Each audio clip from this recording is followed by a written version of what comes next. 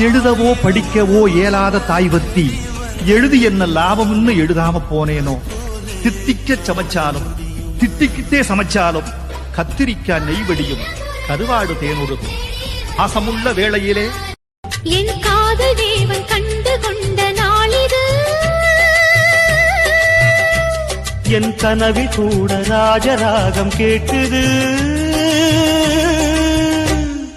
மழையோ சுடுகின்ற தேவை முடிந்தவுடன் விலகும் நண்பர்கள், சொத்து இருந்தால் உறவாடும் சொந்தங்கள், பணம் இருந்தால் பாசம் காட்டும் பந்தங்கள், இவர்களோடு வாழ்வதை விட அனாதையாக வாழ்வது மேல்.